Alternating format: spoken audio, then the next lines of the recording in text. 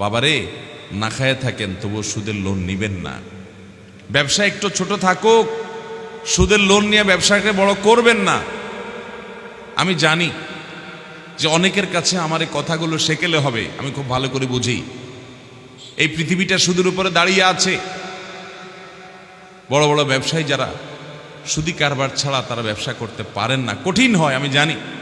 কিন্তু ভাইরে, গোটা পৃথিবী রক্ষা করার দায়িত্ব আপনার না, আপনার নিজেকে জাহান্নাম থেকে বাঁচানোর দায়িত্ব আপনার। কু আনফুসাকুম ওয়া আহলিকুম নারা। আপনি নিজের চিন্তা করেন যে আমি নিজে সরাসরি সুদের সাথে জড়াবো না, তাতে ব্যবসা বড় না হোক, তাতে আমার লস হোক, তাতে আমি গরিব থাকি, তাতে আমি পিছায় থাকি, আমি চিরকাল বাঁচবো না। যে কাফনের কাপড় পরে যাব, ওই কাফনের কাপড়ে পকেট নাই, কিছু নিয়েও যেতে পারবো না, সব থেকে যাবে, কিন্তু পাপগুলা সব পাই পাই করে ঠিকই সাথে যাবে। ঠিক না ঠিক? ভাইরা আমার, সুদের এই জন্য দ্বিতীয় দিক হলো আল্লাহর গজব নাজিল হয়। সুদখোর কখনো সুখে থাকতে পারে না। যারা সুদের কারবার করো, সুদি লোন নিয়েছ বা সুদে টাকা লাগাও, তারা আল্লাহ এবং তার রাসূলের সঙ্গে যুদ্ধের জন্য তোমরা ঘোষণা শুনে রাখো, প্রস্তুত হও। ভাইরে, কিসের আল্লাহ এবং তার রাসূলের সাথে যুদ্ধ? আল্লাহর সামান্য সৃষ্টি, একটু ঝড় আসছে, আপনাদের রাস্তাঘাট সব ধ্বংস হয়ে বরবাদ হয়ে ডুবে শেষ হয়ে গেছে। ঠিক না ঠিক? একটু ঝড়, আল্লাহর সৃষ্টি, সামান্য সৃষ্টি, আর সেখানে আল্লাহ রাব্বুল আলামিন বলছেন তার পক্ষ থেকে যুদ্ধের জন্য ঘোষণা যেন আমরা শুনে রাখি। সুদের যারা কারবার করবে, হয়তো শুরুতে টের পাবেন না বাবারা ভাইয়েরা, একটা সময় টের পেয়ে যাবেন। সুদখোরদেরকে দেখবেন অনেক চকচকা গাড়িতে চলে, অনেক ফকফকা জিন্দিগি তারা লাইফ লিড করে, এই তো তাদের ভেতরকার ত্রাসের যে জিন্দিগি, এই সম্পর্কে যদি আপনার ধারণা থাকে, তাহলে তাদের বাহির না দেখে ভেতরটা বিবেচনা করতেন। আমি এরকম বহু লোক দেখার দুর্ভাগ্য আমার হয়েছে, যে শত শত কোটি টাকার বিজনেস তার আছে, কিন্তু সুদের উপরে সব কিছু দাঁড়িয়ে আছে, সুদি লোন নিয়ে সব কিছু করে, টাকার অভাব নেই, কিন্তু সুখের অভাব আছে। কিসের অভাব আছে? শান্তি নাই, ঘুমের ওষুধ খাওয়া ছাড়া ঘুম আসে না, ছটপট, অস্থির, পাগলের মতো। আপনি তো যেখানে শোন নাক টেনে ঘুমাইতে পারেন। ঠিক না ঠিক? সুখ যে কি জিনিস সে ভাই, এটা আল্লাহ রাব্বুল আলামিন যাকে সুখ দিয়েছেন, অনেক সময় তিনি নিজে অনুভব করেন না যে সুখ কি জিনিস। যে সুখ পায় নাই সে দুঃখী মানুষটা জানে সুখ কাকে বলে। টাকা দিয়ে সুখ কেনা যায়? ভাইরা আমার, সুদের প্রথম ভয়াবহ দিক হলো আল্লাহ এবং তার রাসূলের সাথে এটা যুদ্ধ ঘোষণার শামিল। অন্য কোনো অপরাধ, আপনি শুকরের গোশত, কুকুরের গোশত খেলে হারাম হবে, কবিরা গুনাহ হবে, জঘন্য অপরাধ হবে, কিন্তু তাই বলে এটার জন্য আল্লাহর সঙ্গে যুদ্ধ ঘোষণা। আরে আল্লাহর সঙ্গে বান্দার আবার কিসের যুদ্ধ? একটা সৃষ্টি, আর তিনি মহান সত্তা, তার সাথে বান্দার আবার কিসের যুদ্ধের আলাপ সালাপ? এখানে খাটে? একজন মানুষ যদি বলে একটা পিপিলিকাকে যে হ্যাঁ তোমার সাথে আমার যুদ্ধ হবে, এটা তো খাটে না। একটা পিপিলিকার সাথে যুদ্ধ করা লাগে নাকি? আবার ফু দিলেই তো উড়ে যায়। সেখানে মহান সৃষ্টিকর্তার সাথে সৃষ্টির আবার যুদ্ধ কিসের? আল্লাহ রাব্বুল আলামিন তারপরও ফাআযানু বিহারবিন মিনাল্লাহি ওয়া রাসূলিহি বলে আমাদেরকে বোঝাতে চেয়েছেন এই অপরাধটা এত ডেঞ্জারাস, এত ভয়াবহ। তোমাদের কাছে মনে হচ্ছে কি হচ্ছে, আমি তো টাকার পিঠে টাকা দিচ্ছি, তার টাকাটা খাটাচ্ছি, এই জন্য তাকে একটু লাভ দিচ্ছি, এমন কি অপরাধ? আর আপনার তো বুঝে আসে না। একটা সভ্যতা আস্তে আস্তে ধ্বংসের দিকে চলে যায় যখন পৃথিবী সুদের উপরে দাঁড়িয়ে যায়, সুদের উপরে উঠে যায়, সম্পদ কক্ষিগত হয়ে যায়, গরিব আরো শেষ হয়ে যায়, আস্তে আস্তে সব বৃত্তে পরিণত হয়। সামান্য কিছু মানুষের একটা সমাজ একবারে ধ্বংসের অতল তলে হারিয়ে যায়। একদিনে হয় না, সেটা হয়তো 100 বছর লাগবে, সেটা হয়তো অনেক যুগ লাগবে, কিন্তু ধ্বংস হবেই। এবং এর মধ্যে কোনো কল্যাণ নাই। সবচেয়ে বড় কথা হলো শয়তানের অনেক বড় অস্ত্র হলো এই সুদ। শয়তান এই সুদের কারবারের সাথে জড়িয়ে আপনার দুনিয়া আখেরাত এবং মানুষকে ধ্বংস করতে চায়। কারণ মানুষের সবচেয়ে বড় শত্রু হলো ইবলিস। এই ইবলিস আমাদের বাবা আদমের কারণে, মানুষের বাবা আদমের কারণে জান্নাত থেকে বের হতে হয়েছে, আদম আলাইহিস সালামের কারণে। এই জন্য সে সবচেয়ে বড় শত্রু, সে আমাদের ধ্বংস চায়। এই জন্য সে সুদের কারবারকে পৃথিবীতে প্রতিষ্ঠিত করবার জন্য তার সবচেয়ে বড় এজেন্ডা সে নিয়ে চলছে। মোহতারাম হাজরিন, আল্লাহ তাআলা সেজন্য এটার ভয়াবহতা বোঝানোর জন্য শুধু বলেছেন যে আল্লাহর সাথে যুদ্ধের জন্য অনুমতি এবং ঘোষণা শুনে রাখো। অতএব সুদের কারবারে জড়িত হওয়া মানে আল্লাহর সঙ্গে যুদ্ধ ঘোষণার শামিল। এক, সুদের দ্বিতীয় ভয়াবহ দিক হলো সুদের সাথে যারাই সম্পৃক্ত হয় তাদের উপর আল্লাহ তাআলার গজব নাজিল হয়। আল্লাহর কি নাজিল হয়? গজব নাজিল হয়। আল্লাহর লানত বর্ষিত হয়, আল্লাহর রহমত থেকে দূরে সরে যায় ওরা। আল্লাহর রহমত পায় না ওরা যারা সুদের কারবার করে। নবী করিম সাল্লাল্লাহু আলাইহি ওয়াসাল্লাম বলেছেন, লানাল্লাহু আকিলার রিবা ওয়া মুকিলাহু ওয়া কাতিবাহু ওয়া শাহিদাইহি। আল্লাহর লানত এবং গজব নাজিল হয় সুদখোরের উপরে, যে সুদ দেয়, সুদ দিয়া লোন নিছে, সুদ গ্রহীতা, তার উপরে সুদদাতা, সুদের লোন দাতা আর সুদের লোন গ্রহীতা, এর উভয়ের উপর আল্লাহর গজব নাজিল হয়। সুদের কথা লেখে, সুদের হিসাব রাখে, সুদের সাক্ষী হয়, সুদের সাথে যেই কোনোভাবে সরাসরি সম্পৃক্ত হয়, এরকম সব মানুষের উপরে আল্লাহর লানত এবং গজব নাজিল হতে থাকে। ভাইরে, টাকা কামাই করে নয় পাহাড় বনায় ফেললেন, আমি বুঝলাম, সুদের কারবার করে আপনি কোটিপতি হয়ে গেলেন একদিন, বুঝলাম, কিন্তু সুখের মালিক আল্লাহ যদি আপনার উপরে আল্লাহর গজব নাজিল করার ফয়সালা করে রাখেন, আপনার টাকা আপনাকে সুখ দিতে পারবে? পারবে না ভাই, বিশ্বাস করেন, পারবে না। হারামখোরদেরকে আল্লাহ তাআলা সুখ দেন না। আপনি দেখেন অনেক চকচকা ফকফকা গাড়ি বাড়ি নিয়ে চলে, কিন্তু সুখটা নাই। সুখটা ভেতরের জিনিস, ভেতরের জিনিস বাহির দেখে বোঝার উপায় নাই যে সুখের কি অবস্থা। মাথাতে পাপন্থ দেখে সুঠাম দেহের সুন্দর একবারে রাজপুত্রের মতো একজন মানুষ দেখবেন, অনেক হ্যান্ডসাম, দেখতে মনে হবে যে লোকটা কত সুখে শান্তি জানিয়ে আছে, তার ভেতরে ক্যান্সারের রোগ হয়ে থাকলে সে জানে সে কি বহন করে বেড়াচ্ছে। ঠিক না বেঠিক? সুখ যদি আল্লাহ তাআলা কাউকে না দেন তো তার বাহ্যিক রূপ দেখে আপনি বুঝতে পারবেন না। এজন্য সুদের কারবারের সাথে জড়িত হলে দ্বিতীয় সুদের ভয়াবহ দিক হলো যে এটার কারণে আল্লাহর গজব নাজিল হয়। আপনি সুদের কারবার করে অনেক পয়সা কড়ি বানায়া আপনি জেনে শুনে হারাম জানার সত্ত্বেও আপনি সুদের কারবার করে পয়সা কড়ি বানানোর পর দুনিয়ার সব আলেম ওলামাকে দাওয়াত দিছেন, মক্কার মসজিদুল হারামের ইমামদেরকে, শেখ সুদাইদ, সুরাইম, মাহের আল মুআইকিলি, আব্দুল্লাহ আল জোহানি, আরও যারা আছেন সিনিয়র জুনিয়র ইমাম, মুয়াজ্জিন, খতিব, মক্কা শরীফের, মদিনা শরীফের সবাইকে দাওয়াত দিয়া খুব ধুমসে খাওয়াইয়া হাদিয়া তোফা দিলেন। ওনারা সবাই মিলে আল্লাহর কাছে আপনার জন্য দুই হাত তুলে অনেক দোয়া করে দিছে। আপনার কাছে তো মনে হবে আরে কত সুখ আমার, দুনিয়ার সব বড় বড় আল্লাহর নেককার বান্দারা, আলেম ওলামারা আমার জন্য দোয়া করে দিছে। আপনি সুদের কারবার করেন, আল্লাহর ফয়সালা হলো আপনার উপর আল্লাহর গজব নাজিল হবে। দুনিয়ার সব মৌলবী মিলে যদি আপনার জন্য দোয়া করে, রহমত হবে না গজব হবে? আল্লাহ তাআলা আমাদেরকে সুদের ভয়াবহতা বুঝার তৌফিক দান করুন। বাবারে, না খায় থাকেন তবুও সুদের লোন নিবেন না। ব্যবসা একটু ছোট থাকুক, সুদের লোন নিয়ে ব্যবসাকে বড় করবেন না। আমি জানি যে অনেকের কাছে আমার এই কথাগুলো শেকেলে হবে, আমি খুব ভালো করে বুঝি। এই পৃথিবীটা সুদের উপরে দাঁড়িয়ে আছে। বড় বড় ব্যবসায়ী যারা সুদি কারবার ছাড়া তারা ব্যবসা করতে পারেন না, কঠিন হয় আমি জানি, কিন্তু ভাইরে, গোটা পৃথিবী রক্ষা করার দায়িত্ব আপনার না, আপনার নিজেকে জাহান্নাম থেকে বাঁচানোর দায়িত্ব আপনার। কু আনফুসাকুম ওয়া আহলিকুম নারা। আপনি নিজের চিন্তা করেন যে আমি নিজে সরাসরি সুদের সাথে জড়াবো না, তাতে ব্যবসা বড় না হোক, তাতে আমার লস হোক, তাতে আমি গরিব থাকি, তাতে আমি পিছায় থাকি, আমি চিরকাল বাঁচবো না। যে কাফনের কাপড় পরে যাব, ওই কাফনের কাপড়ে পকেট নাই, কিছু নিয়েও যেতে পারবো না, সব থেকে যাবে, কিন্তু পাপগুলা সব পাই পাই করে ঠিকই সাথে যাবে। ঠিক না ঠিক? ভাইরা আমার, সুদের এই জন্য দ্বিতীয় দিক হলো আল্লাহর গজব নাজিল হয়। সুদখোর কখনো সুখে থাকতে পারে না। নাম্বার 3, নবী করিম সাল্লাল্লাহু আলাইহি সাল্লামের বিভিন্ন হাদিস থেকে আমরা জানি সুদের কারবারকারী ইহুদির সাথে সাদৃশ্যপূর্ণ। ইহুদিদের মধ্যে এটা প্রচলন সবচেয়ে বেশি ছিল। ইহুদিদের প্রতি আল্লাহর রহমত নাজিল হয়েছে না গজব নাজিল হয়েছে? আল্লাহ তাআলা কোরআনে কারিমে সূরা ফাতিহার মধ্যে একবারে শেষ আয়াতে কি বলছেন? গায়রিল মাগদুবি আলাইহিম ওয়ালাদ। আল্লাহ আপনার গজব যাদের উপরে নাজিল হয়েছে, অর্থাৎ ইহুদিরা, তাদের পথে যেন আমরা না চলি।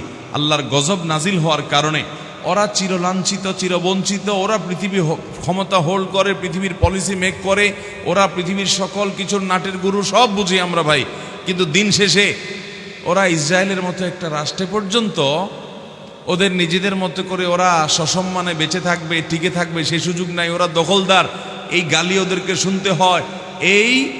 এই অপরাধ ওরা করেছে, সে অপরাধ বোধ তাদের মধ্যে আছে যে তারা মুসলমানদের জমি দখল করে, জবরদখল করে সেখানে তারা জুলুম করে করে টিকতে হচ্ছে। ভাইরা আমার, দুরিবাত আলাইহিমুদ যিল্লাতু ওয়াল মাসকানা, লাঞ্ছনা অবধারিত করে দেওয়া হয়েছে আল্লাহর তরফ থেকে তাদের জন্য লাঞ্ছনা অবধারিত করে দেওয়া হয়েছে। এই জন্য আল্লাহর গজব নাজিল হয়েছে যে ইহুদিদের, এটা তাদের স্বভাব, এটা তাদের চরিত্র, তারা সুদের কারবারের সাথে অনেক বেশি মিশত। এই জন্য সুদের কারবারকারীর 3 নম্বর ভয়াবহ দিক হলো সে ইহুদিদের সাথে সাদৃশ্য রাখে। চিন্তা করেন, মুসলমান অনেকে নামাজ কালাম পড়ে, দাঁড়িয়ে রাখে, সুদের কারবারের সাথে জড়িত হয়, আপনার দৃষ্টান্ত এবং আপনার উপমা হলো ওই ইহুদির সাথে আপনার মিল। আল্লাহ তাআলা আমাদেরকে বেঁচে থাকার তৌফিক দান করুন। নাম্বার 4, জাহিলি যুগ, ইসলাম পূর্ব যুগে মধ্যপ্রাচ্যের নবী করিম সাল্লাল্লাহু আলাইহি ওয়াসাল্লামের আগে যে আইয়ামে জাহিলিয়াত ছিল, সে আইয়ামে জাহিলিয়াতের সময়, ওই সময়টাতে পৃথিবীতে সুদের প্রচলন অনেক বেশি ছিল। ওই জাহিলি যুগের কালচারকে ধরে রাখে সুদখোর, যারা সুদের কারবার করে তারা জাহিলি যুগের ওই কালচারটাকে ধরে রাখে, তাদের অনুসারী হয়, শুধু ইহুদিদের না। নাম্বার 5, নবী করিম সাল্লাল্লাহু আলাইহি ওয়াসাল্লামকে আল্লাহ মেরাজে বিভিন্ন পাপের শাস্তি কেমন হবে তার ডামি দেখিয়েছেন, কেমন হবে তার একটা চিত্র আল্লাহ তাআলা দেখিয়েছেন, কাল্পনিক চিত্র আল্লাহ তাকে সরাসরি দেখিয়েছে। তার মধ্যে আল্লাহর পক্ষ থেকে সুদখোরকে কিভাবে শাস্তি দেওয়া হবে সেটা নবী সাল্লাল্লাহু আলাইহি ওয়াসাল্লামকে মেরাজে নিয়ে আল্লাহ দেখিয়েছেন। স্বপ্ন যুগে আল্লাহ তাআলা দেখিয়েছেন, মেরাজে আল্লাহ দেখিয়েছেন তাকে বিভিন্ন অপরাধের শাস্তি, সুদখোরের শাস্তি দেখিয়েছেন, যে রক্তের নদীতে সে হাবুডুবু খেতে থাকবে, তাকে আঘাত করা হবে, আঘাতের পরে আঘাত এটা রদ করা হবে এবং রক্তের নদীতে সে হাবুডুবু খেতে থাকবে। এটাই তার শাস্তি হবে, ভয়ঙ্কর শাস্তি সুদখোরকে। মোহতারাম হাজরিন, সুদের 6 নম্বর ভয়াবহতা হলো দুনিয়াতে যারা সুদের কারবার করে অনেক পয়সাওয়ালা হয়, দেখতে অনেক ভালো লাগে, আখিরাতে তাদের দৃশ্য কেমন হবে, চিত্র কেমন হবে, রূপ কেমন হবে? আল্লাহ বলেছেন, লা ইয়াকুমু ইল্লা কামা ইয়াকুমুল লাযী ইয়াতাখাব্বাতুহু শাইতানু মিনাল মাস। জিনে ধরা রোগী, বিকৃত মস্তিষ্ক বা অসুস্থ মানুষ, যাদেরকে আপনি পাগল বলেন, এরকম মানুষদের মতো কিয়ামতের ময়দানে উদ্ভ্রান্ত হতে থাকবে। শয়তান, দুষ্ট জিন কারোর উপরে ভর করলে যেরকম সে মাতলামি করতে থাকে, এরকম মাতালের মতো ছটফট করবে কিয়ামতের ময়দানে। অনেক পাপী থাকবে কিয়ামতে, অনেক অপরাধী থাকবে, জেনাকারী থাকবে, হারাম অন্যান্য হারাম কাজ করানোওয়ালা থাকবে, মানুষ খুনি থাকবে, মদের কারবারি থাকবে, অনেক খারাপ কাজ করা মানুষগুলো থাকবে, ভালো মানুষ থাকবে, সবাই থাকবে। কিন্তু যাদেরকে কিয়ামতের ময়দানে দেখা যাবে পাগলের মতো, জিনের রোগীর মতো ছটপট আর পাগলামি মাতলামি করতেছে, এই লোকগুলোকে দেখে কিয়ামতের সব মানুষ বুঝবে এগুলো দুনিয়াতে সুদখোর ছিল। এগুলো দুনিয়াতে কি ছিল? সুদখোর ছিল। এরকম অপমানজনকভাবে তারা কিয়ামতে উঠবে। এটা সুদের 6 নম্বর ভয়াবহতা। 7 নম্বর হলো আল্লাহ তাআলা ঘোষণা দিয়েছেন, ইয়ামহাকুল্লাহুর রিবা ওয়া ইউরবিস সাদাকাত। আল্লাহ তাআলা সুদকে ধ্বংস করবেন, দুদিন আগে আর পরে আট্টালিকা অনেক কিছু বানায় টানায় নেবেন, একটা সময় ধ্বংস করবেই আল্লাহ তাআলা সুদকে। আল্লাহ ঘোষণা দিয়েছেন, আখিরাত তো বটে, দুনিয়াতেই ধ্বংস করবেন, ধ্বংস নিশ্চিত সুদের। এটা হলো সুদের 7 নম্বর ভয়াবহতা। 8 নম্বর হলো নবী করিম সাল্লাল্লাহু আলাইহি সাল্লাম তিনি বলেছেন, ইজতানিবু আস-সাবআল মুবিকাত, তোমরা 7টি ধ্বংসাত্মক অপরাধ থেকে বেঁচে থাকো। এর মধ্যে একটা হলো আকলুর রিবা, সুদ খাওয়া। এই 7টা মহা ধ্বংসাত্মক, মানুষকে শেষ করে দেয়। সব পাপই মানুষকে শেষ করে, কিন্তু এগুলো বেশি ধ্বংসাত্মক। এরকম 7টা পাপের মধ্যে একটা হলো সুদ। এরকম ভয়ঙ্কর বিষয় যে ওই শর্ট ভয়ঙ্কর হারামের মধ্যে আবার হারাম, বড় হারাম, কবিরা গুনার মধ্যে আবার চরম পর্যায়ের কবিরা গুনার যে 7টার শর্ট লিস্ট, ওর মধ্যে সুদ স্থান পেয়েছে। অর্থাৎ এরকম ডেঞ্জারাস এবং ভয়াবহ। সুদের 9 নম্বর ভয়াবহ দিক হলো, আপনারা এই হাদিস শুনেছেন, নবী করিম সাল্লাল্লাহু আলাইহি সাল্লাম বলেছেন, আর রিবা লির রিবা 70 হুবান ওয়া আইসারুহা আইয়ানকাহার রাজুলু উম্মাহ। সুদের 70টা ডেঞ্জারাস ভয়াবহ খারাপ দিক আছে। এর মধ্যে সবচেয়ে নরমাল খারাপ দিক যেটা, এর চাইতে ভয়াবহ আরো সবগুলা, এর মধ্যে সবচেয়ে কম ভয়াবহ তুলনামূলক যেটা, সেটা কি? সেটা হলো কোনো মানুষ নিজের মায়ের সাথে জেনা করলে যেরকম ডেঞ্জারাস অপরাধ হয়, নোংরামি হয়, অসভ্যতা হয়, সুদের কারবার করলে তার চাইতে বেশি অসভ্যতা হয়। এটা হলো একটা। এবং নর্মালটা মানে অন্যগুলোর তুলনায় নর্মালটা, তাহলে অন্য ভয়াবহটা, অন্য ক্ষতিকর দিকগুলো এবং পাপের মাত্রাটা কত ডেঞ্জারাস হতে পারে সেটা বলাই বাহুল্য। এই জন্য আমি শুরুতে বলে রেখেছি, 1 কেজি শুকরের গোশত রান্না করে খাইছেন, 1 কেজি কুকুরের গোশত রান্না করে খাইছেন, গুনাহ আপনার আমলনামা যতটুকু লেখা হবে। আপনি সুদের কারবার যদি করেন, আপনি কোরআন এবং হাদিস খুলে দেখেন, ভয়াবহতা, অপরাধ এবং পাপ ওর চাইতে বেশি হবে। কিন্তু আমরা খেয়ালও করি না। যারা সুদের কারবার করেন, কোনো এটাকে এত বড় অপরাধ মনে করেন না। ভাইরা আমার, এতগুলো হাদিস ব্যবহার করার প্রয়োজন হতো না, এতগুলো আয়াত ব্যবহার করার প্রয়োজন হতো না। কোরআন যেখানে নামাজের রাকাত সংখ্যা, রুকু কয়টা, সিজদা কয়টা, কিভাবে দিবে সে ডিটেইল বলার জায়গা কোরআন নাই, কোরআনে সেই জায়গা হয় নাই। অর্থাৎ পাইকারি কথা আল্লাহ বলেছেন, বিস্তারিত বিবরণ হাদিসে নবী সাল্লাল্লাহু আলাইহি সাল্লাম বলেছেন। কোরআনে শুধু পাইকারি নিশিয়ার কথা বলে যাওয়া হয়েছে। সেই কোরআনের সুদের কথা এত বারবার খুলে খুলে বলছেন। এমনকি আল ইয়াউমা আকমালতু লাকুম দীনাকুম ওয়া আতমামতু আলাইকুম নি'মাতি ওয়া রাদিতু লাকুমুল ইসলাম দীনা। কোরআনের একেবারে শেষের দিকের আয়াত, যা আজ আমি ইসলামকে পরিপূর্ণ করে দিয়েছি তোমাদের জন্য। এই সব করেও আবার আল্লাহ তাআলা ওই সুদের ব্যাপারে সাবধান করতেছেন। কত ভয়াবহ যে শেষ কথারও শেষ কথা থাকতেছে আবার সুদের কথা। ভাইরা আমার, এতগুলো আয়াত ব্যবহার, এতগুলো হাদিস ব্যবহার, এর ডেঞ্জারাসকে, এই বিষয়কে এরকম খুলে খুলে ব্যবহার নবী সাল্লাল্লাহু আলাইহি সাল্লাম করেছেন। কই শুকরের ব্যাপারে, কুকুরের ব্যাপারে, অন্যান্য হারাম বলে দিয়েছেন, হারাম খাইলে কবিরা গুনাহ হবে, মহাপাপ হবে বলে দিয়েছেন শেষ। কিন্তু এরকম খুলে খুলে এর ক্ষতিকে বর্ণনা করা হয় নাই, এর ভয়াবহতা বোঝানো হয় নাই, এর শাস্তির ধরন বর্ণনা করা হয় নাই। এই জন্য বলেছি, আল্লাহর জমিনে যত হারাম বক্ষণ আছে, সুদের কারবারের চাইতে, সুদের উপার্জনের চাইতে মারাত্মক কোনো হারাম উপার্জন আর নাই। কিন্তু এটা আমাদের বুঝে আসে না। এটাই হলো ফিতনার দিক, যে শয়তান এটাকে আমাদের কাছে খুব স্বাভাবিক করে রাখছে। আমরা মনে করি কি আর এমন, বেচারা লোন দিছে, একটু বাড়াই দিছি, এই তো। আল্লাহ তাআলা আমাদের সুদের ভয়াবহতা বুঝার তৌফিক দান করুন। 70টা ক্ষতিকর দিকের মধ্যে ওই 70টার মধ্যে তুলনামূলকভাবে কম ক্ষতিকর যেটা, সেটা যদি এরকম হয় যে আপন মায়ের সাথে জেনার মতো ডেঞ্জারাস অপরাধ, নোংরামি, তাহলে বাকি 69টা কত ভয়াবহ হতে পারে সেটা একমাত্র আল্লাহ ভালো জানে। আল্লাহ আমাদেরকে হারাম থেকে বেঁচে আসার মতো ঈমানি শক্তি দান করুন। আল্লাহর জন্য এই হারামকে লাথি মারি ফেলে দিবেন তো ইনশাআল্লাহ। আল্লাহ আমাদের সবাইকে সে সৎ সাহস দান করুন। 10 নম্বর সর্বশেষ যে আযাবের কথা বলতে চাই তা হলো, দুনিয়াতে আল্লাহর পক্ষ থেকে গণ আযাব এবং গজব আসে, কিছু কিছু সময় দুর্ভিক্ষ আসে গণহারে। আপনি বলবেন এখন আবার দুর্ভিক্ষ, এগুলো তো পৃথিবীর ইতিহাসে এককালে আমরা শুনছি দুর্ভিক্ষ হইতো, এখন তো এগুলো জাদুঘরে উঠে গেছে। এখন মানুষের যে সুখ, ফ্রিজ একটার পরে একটা, আবার দুর্ভিক্ষ কাকে বলে? এগুলো তো রূপকথার গল্প। ও ভাই, কয়দিন আগে না করোনা হয়ে গেছে, বেশি দিন আগের কথা না তো। জিনিসপত্রের টানাটানি, অভাব অনটন, কষ্ট, হাহাকার, ইয়ানফসি কাকে বলে, কত প্রকার কি কি মানুষ একটু আঁচ করছে না?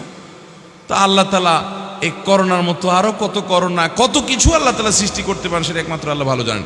পৃথিবী যখন সুদের উপরে দাঁড়িয়ে যাবে, একটা সময় পৃথিবী ধ্বংসের শেষ দিকে যাবে এই সুদের কারণে, এবং আল্লাহর পক্ষ থেকে গণ আযাব সমাজে আসে তখন, যখন মানুষ এই সুদের কারবারকে ব্যাপক হারে গ্রহণ করে। এবং বিভিন্ন হাদিস থেকে এটি বোঝা যায়।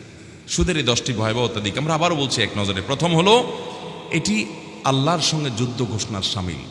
অন্য হারামের ব্যাপারে আল্লাহ তাআলা এত জঘন্য কথা বলেন নাই, মানে এত জঘন্য মানে বিষয়ের কথা উল্লেখ করে না যে সুদের ভয়াবহতা যত বেশি, যত জঘন্য, যেটা আল্লাহর সঙ্গে, আল্লাহ রসুলের সঙ্গে যুদ্ধের ঘোষণা দেওয়ার শামিল।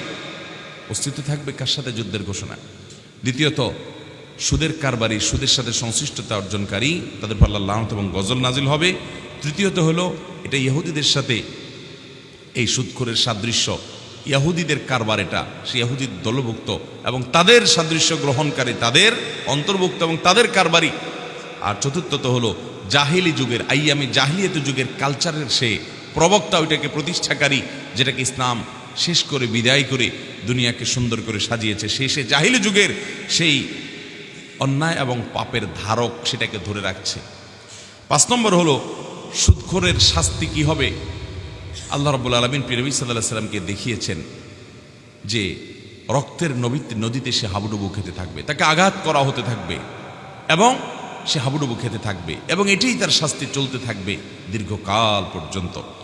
সুদের 6 নম্বর ভয়াবহতা হলো যে সুদখোর সে কিয়ামতের ময়দানে জেনে ধরা রোগীর মতো, মাতালের মতো, পাগলের মতো ছটফট করবে। তার পাগলামি দেখে সবাই বুঝবে এই দুনিয়াতে সুদখোর ছিল, অন্য আরো পাপিষ্ট খারাপ মানুষও কিয়ামতে থাকবে, কিন্তু কারোর অবস্থা এত করুণ হবে না। ওর অবস্থা যেরকম করুণ হতে থাকবে, এটা তার জন্য অবমাননাকর শাস্তি, সুদের মতো ভয়াবহ কাজে সে জড়াবার কারণে। আর 8 নম্বর হলো, 7টি ধ্বংসাত্মক কবিরা গুনাহগুলোর ভিতরে আবার মহাপাপ, ধ্বংসাত্মক কবিরা গুনাহ, একেবারে দুনিয়া আখিরাত সব শেষ করে দেয়। সেই মহাপাপের মধ্যে আবার মহাপাপের শর্ট লিস্টের 7টার মধ্যে এই সুদের বিষয়টি উঠে এসছে। সুদের 9 নম্বর ভয়াবহতা হলো যে এর 70টি খারাপ দিকের মধ্যে তুলনামূলকভাবে ওই 70টার মধ্যে তুলনামূলকভাবে সাধারণ হলো নিজের মায়ের সাথে জেনা করার মতো। সুদের অপরাধ, সুদের ভয়াবহতা এত মারাত্মক যে সেটা এই 70টা, এটা সহ আরো 69টা খারাপ দিকের বিষয় এই সুদের মধ্যে আছে। তার চেয়ে তো ভয়াবহ সুদ। 10 নম্বর হলো আল্লাহর পক্ষ থেকে গণ আযাব এবং গজব নাজিল হয় সুদের কারবারের মধ্যে। অতএব ভাইরা আমার, দুনিয়ার সামান্য মুনাফার লোভে আমরা এনজিওগুলো থেকে, বিভিন্ন প্রতিষ্ঠান থেকে সুদে কখনো লোন নেব না আমার আশেপাশে অনেকে সুদের লোন নিয়ে অনেক দোকানদারি হয়ে করে অনেক বড় কিছু করে ফেলছে। 4টা দোকান করছে, 2টা দোকান করছে, অনেক পয়সা করছে, ঘরের চাল দিছে, গরু কিনছে, ছাগল কিনছে, অনেক কিছু করছে। কিন্তু আমরা এগুলা করব না এর জন্য ওলামা একরাম এবং এদেশের সৎকর্মশীল মানুষেরা মানুষকে ঋণ দিতে হবে, সহযোগিতা করতে হবে। আমরা আমাদের আসুন্নাহ ফাউন্ডেশন থেকে গত বছর প্রায় 1000 পরিবারকে গরু এবং ছাগল কোনো দাবি ছাড়া কিনে মালিক বানায় দিছি, যেন তারা নিজের পায়ে নিজে দাঁড়াতে পারে। এই বছর আমরা 1300 পরিবারকে সারা দেশে আলেমদের মাধ্যমে রিক্সা কিনে দিয়ে তাদের দারিদ্র্য বিমোচন করার উদ্যোগ গ্রহণ করেছি।